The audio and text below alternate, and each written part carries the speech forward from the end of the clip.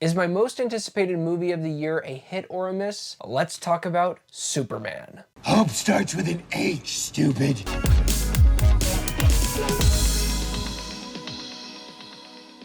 James Gunn is a talented director. Not only does he direct this film, he writes it, he's also the frickin' co-president of the studio. So when I heard he was going to be tackling this specific character of Superman, I had high expectations, but I also knew that this character was in good hands. For all the people that were doubting James Gunn, remember, he did the Guardians of the Galaxy, all three, and the Suicide Squad a couple years back, but specifically talking about Guardians 3, that is such a well put together film that handles very heavy, deep themes, but also being fun at the same time. So I honestly just didn't understand the conversation that people were genuinely nervous for James Gunn's attempt at this character. Not only does he understand the character, he understands how to make a comic book movie. Straight up from James Gunn's own words, Guardians of the Galaxy was a love letter to cinema, to filmmaking, where Superman is a love letter to comic books. This feels like a live-action adaptation of the 90s animated series, with the same vibrant but tense atmosphere. This movie is also just straight up weird. It goes all the way into the loopy trippiness of a science fiction comic book movie. It's the most comic booky film that I've probably seen really ever. For some that might not work, for others, like me, it completely sold me onto this film. One thing that really surprised me with this story is how central the theme of cancel culture is. The film shows how drastically people's opinions on somebody or something can change with just a 10-second video or audio clip. It's actually kind of crazy how realistic it feels in those moments. Gunn weaves that theme in with impressive subtlety, especially knowing his backstory, how years back he was fired because of old tweets, so Marvel was like, peace out. Then he directed for DC the Suicide Squad. Then Marvel was like, just kidding, we love you. Finish your Guardians of the Galaxy trilogy. And then we got Volume 3, the best Guardians movie. And now here he is, co-head of the studio, DC Studios, now making Superman. And all while this situation was happening, because this is a non-spoiler video, but with that theme of cancel culture, I couldn't help but think Gunn really found a personal life moment for him to attach himself to the character of Superman. And that's art. When you can actually put yourself into the character, that's when creativeness and storytelling can skyrocket into a whole nother level. I'm not here to confirm that's exactly what James Gunn did. He took that moment in his life and applied it to Superman, but it's right there. Like, it is right there if you do know his story. He presents us a character who is unapologetically hopeful, kind, and good, thrust into a world that's loud, opinionated, and quick to judge. Speaking of judgment, that brings us to Lex Luthor, the biggest rage baiter of all time. I've only seen this movie once. I'm gonna see it like 4 or 5 times this week. And when I tell you, I believe Nicholas Hoult is the best Lex, I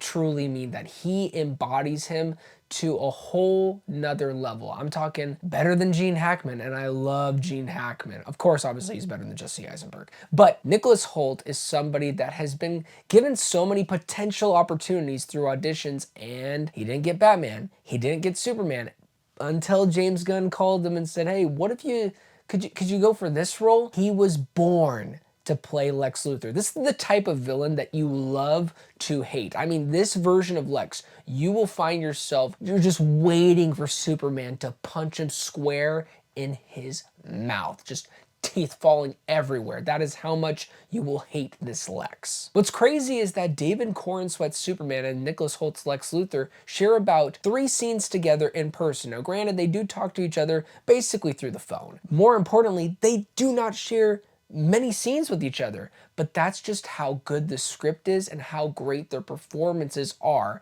in believing in the hatred that Lex has for Superman. Petty is the word that comes to mind that best describes this Lex Luthor, to the point where he's having a hissy fit, he's throwing things around when things aren't going his way, and he's repeatedly doing the same thing. As people are cleaning it up, puts it back on the table, he throws it back down. I loved every minute of those situations. On the flip side of hate, there comes hope, love, goodness, kindness, and that is David Corenswet's Superman. I'm not saying he is the best performance, but it is already in discussion that he is in the top 3. This man was born to play Superman. Just in how people felt in the 70s with Christopher Reeve, I know without a doubt that people that are my age, older, and better yet, the people that actually matter when watching this film, kids, will fully believe in David being the man that can fly. Corenswet shines in his vulnerability, his humanistic approach. James Gunn has taken notes over the years and has understood the assignment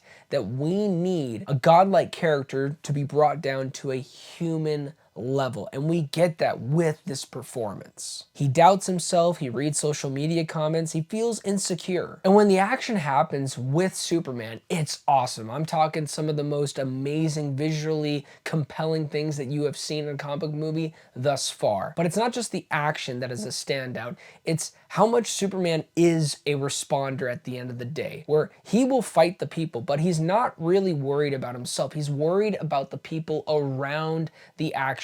And in every single set piece, we have Superman saving people, and not just humans, he even saves squirrels too. Love that little detail, but that's just how deeply human he is. He cares for everyone on this planet. He sees the good in people, even the ones that are against him. Now, out of anyone that is for Superman in this movie, besides Jonathan Kent and Martha Kent, is Lois Lane, played by Rachel, who embodies the exact depiction, at least in my head, of what Lois Lane should be, how she should talk, how she should act, how headstrong she is, how confident she is, and Rachel does that to every single level. This is probably the best chemistry I've seen in a comic book movie between a relationship since Pepper Potts and Iron Man. She not only supports Clark, she challenges him. In every good relationship, you should have someone that sees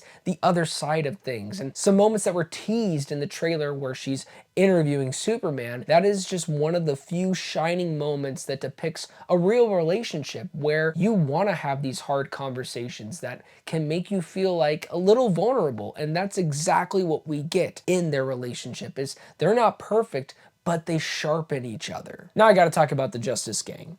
Nathan Fillion, with his stupid bowl haircut, just makes it work. He's hilarious in every scene that he's in, going back to a couple jokes that always land for me personally. And then you also have Isabella Merced as Hawk Girl. Her screech will pierce your ears. She's awesome in this movie. But really the standout within the Justice Gang is Mr. Terrific. I know I'm gonna sound cheesy, but he really is a terrific character. And that's because James Gunn does a really solid job in taking not truly popular characters to the general public, but making them feel beloved. I love Crypto. Every scene that he's in put a smile on my face. However, I do think, and this is where I kind of go into some slight nitpicks, the humor doesn't always land, and I really found that to be the case with Crypto at times. Not all the time, not majority of the time, just a couple moments here and there, specifically in the opening scene, and I've seen it at least a billion times because of the trailers and the promotional clips that have been released where he attacks Superman. And by the time I saw it in the movie, I was kind of over it, and especially how long it feels where he's continuously attacking and not listening to his owner. I get it, that's the point, because dogs do that. It just really overstayed its welcome, and there are more moments like that sprinkled throughout the film, and my wife said it like this: sometimes, if you like sprinkles, that's great, but it can be over sprinkled at times where you're eating the ice cream and you're kind of wanting to just taste the ice cream, not the super sugary sprinkles.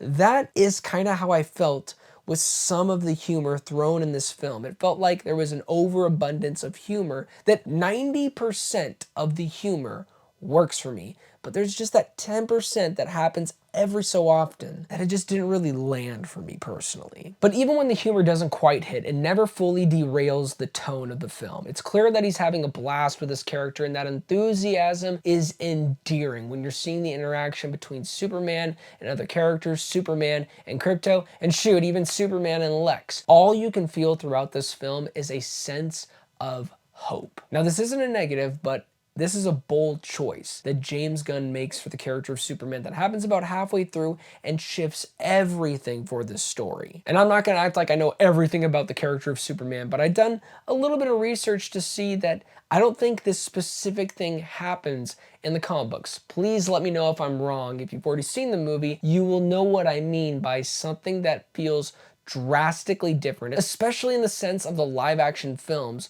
I've never seen this done before, and I loved it. Superman is a great addition to the comic book genre and a fantastic opener for James Gunn's DCU. At its core, James Gunn's Superman is about one thing: being good is enough. 9 out of 10. Well, thank you guys so much for watching this review. It really means a lot. Please do not forget to like and subscribe, but most of all, do not forget to be blessed.